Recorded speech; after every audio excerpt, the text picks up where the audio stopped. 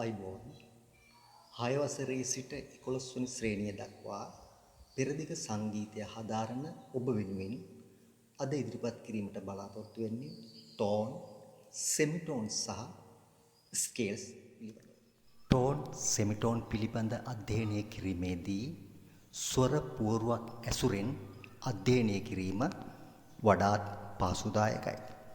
Semitone එකක් කියන්නේ ස්වරාර්ධයක්. එහෙම නැත්නම් අර්ධ ස්වරයක්. වෙනත් විදිහකින් කිව්වොත් කිසියම් කී එකක සිට කෙටිම දුර වශයෙන් අපිට හඳුන්වන්න පුළුවන්. එහෙමනම් සා ස්වරය ළඟ පිහිටි සෙමිටෝන්ස් එක අපි බලමු. දැන් සා ස්වරය මෙතන තියෙනවා. ඊළඟට කොමල රී ස්වරය තියෙනවා. එතකොට සා ස්වරයේ සිට කෙටිම දුරක් තියෙන්නේ කොමල රී ස්වරයට. එහෙමනම් මේ දුර ප්‍රමාණය අපි හඳුන්වනවා සෙමිටෝන් එකක් කියලා. ඊළඟට දැන් අපි මෙතනදී අපි පැහැදිලි කළේ සුදු පාට ස්වරයක් සහ කළු පාට ස්වරයක් අතර තියෙන දුර ප්‍රමාණය. අපි වෙනත් විදිහක අපි නිදර්ශනයක් අරන් බලමු. මෙතනදී ඔයාලට කොමල ගා කියන ස්වරය පේනවා. ඒක කළු පාට කී එකක්. එහෙමනම් කළු කී එකක සිට සෙමිටෝන් එකක් දුර අපි පිළිබඳව බලමු. රූප සටහනෙන් පැහැදිලිව පේනවා කොමල ගා ඊට සමීපයේම සිටි තියෙන ස්වරය තමයි ගා, සුද්ධ ගා. එහෙමනම් මේ දෙක අතර දුර ප්‍රමාණයත් අපි හඳුන්වනවා සෙමිටෝන් එකක් කියලා. අපි තවත් මේක නිදර්ශනයක් මගින් පැහැදිලි කරගමු. මෙතන ඔයාලට පේනවා සුද්ධ ගා තියෙනවා. ඊළඟට තියෙනවා සුද්ධ මා. එතකොට ගා සිට මා දක්වා අපි හඳුන්වනවා සෙමිටෝන් එකක දුර ප්‍රමාණය තියෙනවා කියලා. දැන් පැහැදිලි සෙමිටෝන් එකක් කියන්නේ ස්වරාර්ධයක්. දැන් ඊළඟට අපි ටෝන් එකක් පිළිබඳව අධ්‍යයනය කරමු. ටෝන් එකක් කියලා කියන්නේ පූර්ණ ස්වරයක්. අපි බලමු ටෝන් එකක් ස්ථානගත වන ආකාරය පිළිබඳව. මම කාලය ඉතිරි කර ගැනීම සඳහා එකවර නිදසුන් දෙකක් මේ කීබෝඩ් එකේ දක්වලා තියෙනවා. මෙතන සා තියෙනවා, මෙතන මා ස්වරය තියෙනවා. එහෙමනම් අපි බලමු ටෝන් එකක දුර කෙසේද කියලා. සා සිට සුද්ධ රී දක්වාත් මා සිට පා දක්වාත් අපි හඳුන්වනවා ටෝන් එකක දුර ප්‍රමාණයක් තියෙනවා කියලා. අපිට ටෝන් එකක දුර ප්‍රමාණය මේ කීබෝඩ් එකකින් තවදුරටත් පැහැදිලි කරනවා නම් මේ ස්වර දෙක ගත්තාම ස්වර දෙක අතර වෙනම නෝට් එකක් තියෙනවා. පැහැදිලිද? සා රී අතර කොමල රී තියෙනවා. මා පා අතර තීව්‍රමා තියෙනවා. එහෙමනම් ටෝන් එකක ස්වර දෙකක් අතර වෙනත් කී එකක් තිබෙන බව පැහැදිලි. අපි තවත් නිදසුන් අරගෙන මේ ගැන සාකච්ඡා කරමු. දැන් මෙතන රූප සටහන අනුව කළු පාට ස්වරයක් අපි දක්වලා තියෙනවා. ඒ ස්වරය තමයි කොමල නී. එහෙමනම් කොමල නී සිට ටෝන් එකක දුර කොහොමද පිහිටන්නේ බලමු. මෙතන කොමල නී, මෙතන උච්චසා. මේ දෙක අතර මේ වෙනම කී එකක් තියෙනවා. එහෙමනම් මේ ස්වර දෙක අතර අන්තරය දුර ප්‍රමාණයත් අපි හඳුන්වනවා ටෝන් එකක් කියලා. අපි තවත් නිදසුනක් ගෙන බලමු. මෙතන තියෙනවා තීව්‍ර මධ්‍යමය.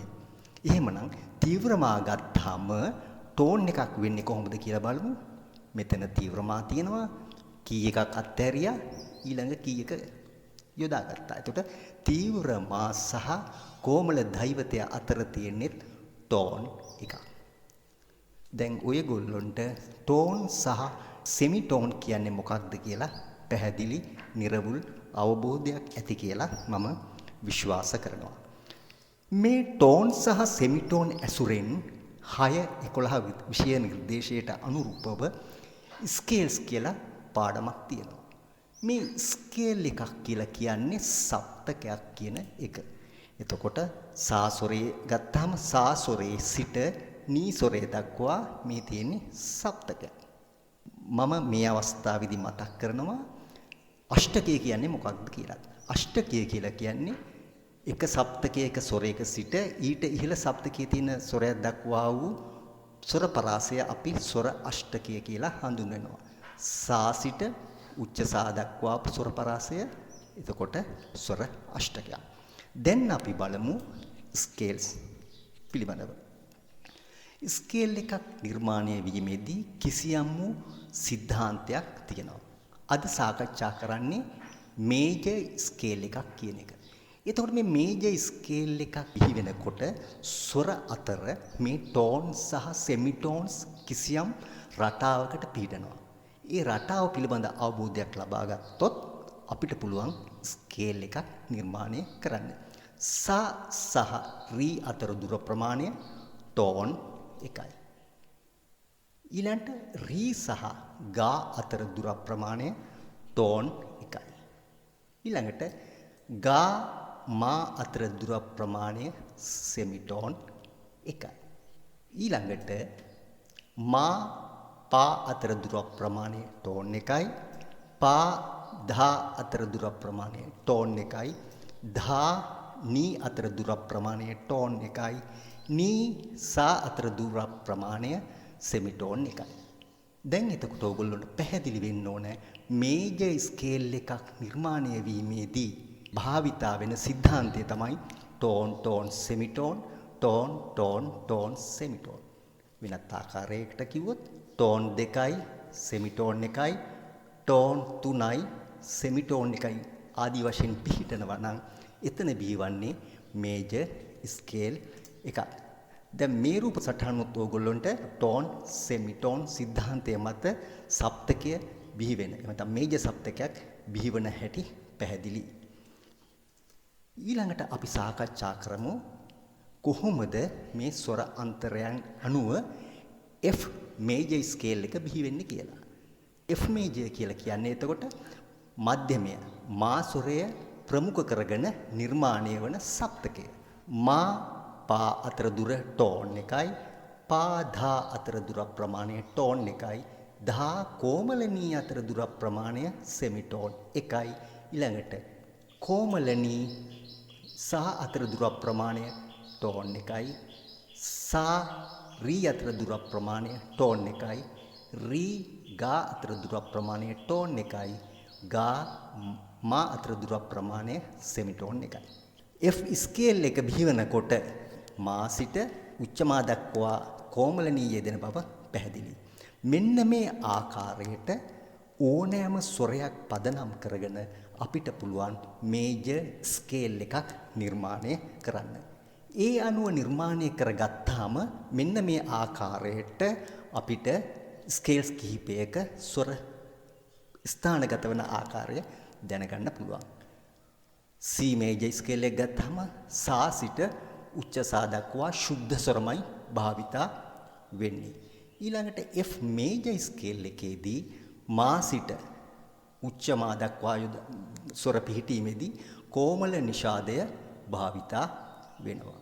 ඊළඟට G මේජර් ස්කේල් එකේදී පා සිට ඊට ඉහළ සප්තකේ පා දක්වා ස්වර පිහිටීමේදී F එක එහෙම නැත්නම් මධ්‍යමය තීව්‍ර බවට පත් වෙනවා. B flat major scale එකේදී කොමල නී සිට ඊළඟ සප්තකයේ කොමල නී දක්වා ස්වර ස්ථානයේ ගත වීමේදී කොමල නිෂාදය සහ කොමල ගාන්ධාරය B flat major සප්තකයේ තුල ස්ථානගත වන ආකාරය අපිට පැහැදිලි. මේජර් ස්කේල් එකක් බිහිවීමේදී අපිට 3 4 වන ස්වරය දෙක අතර සහ 7 සහ 8 වෙනි ස්වරය අතර සෙමිටෝන්ස් භාවිතා වන බවත් පැහැදිලි කරන්න කැමතියි. මේ දැක්වෙන සටහනට අනුරූපව අපිට ඊළඟ පාඩමේදී කතා කරන්න පුළුවන්, අධ්‍යයනය කරන්න පුළුවන් වෙනත් ශ්‍රුතියකට ස්වර පරිවර්තනය කරන ආකාරය පිළිබඳව. අද ඉදිරිපත් කරන ලද පාඩම හොඳින් අධ්‍යයනය කරන්න.